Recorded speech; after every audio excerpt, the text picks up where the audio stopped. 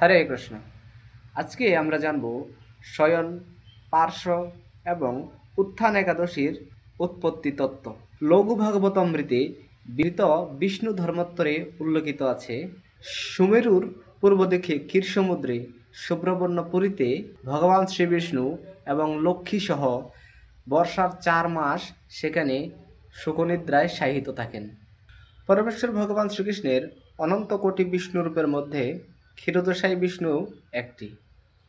এই ক্ষীরোদশায়ী বিষ্ণু শয়ন একাদশীতে নিদ্রা যান, পার্শ্ব একাদশীতে তার পার্শ্ব পরিবর্তন করেন এবং উত্থান একাদশীতে নিদ্রা জাগ্রত হন।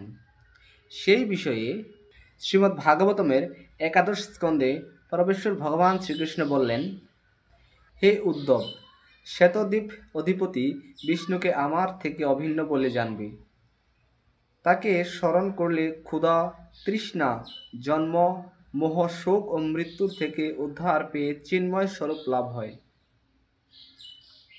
এই ক্ষীরোদশায়ী বিষ্ণু শ্রী নিত্যানন্দ ও বলরামের অংশ প্রকাশ, প্রতিটি অণু ও পরমাণুরূপে প্রবিষ্ট এবং জীবাত্মার হৃদয়স্থ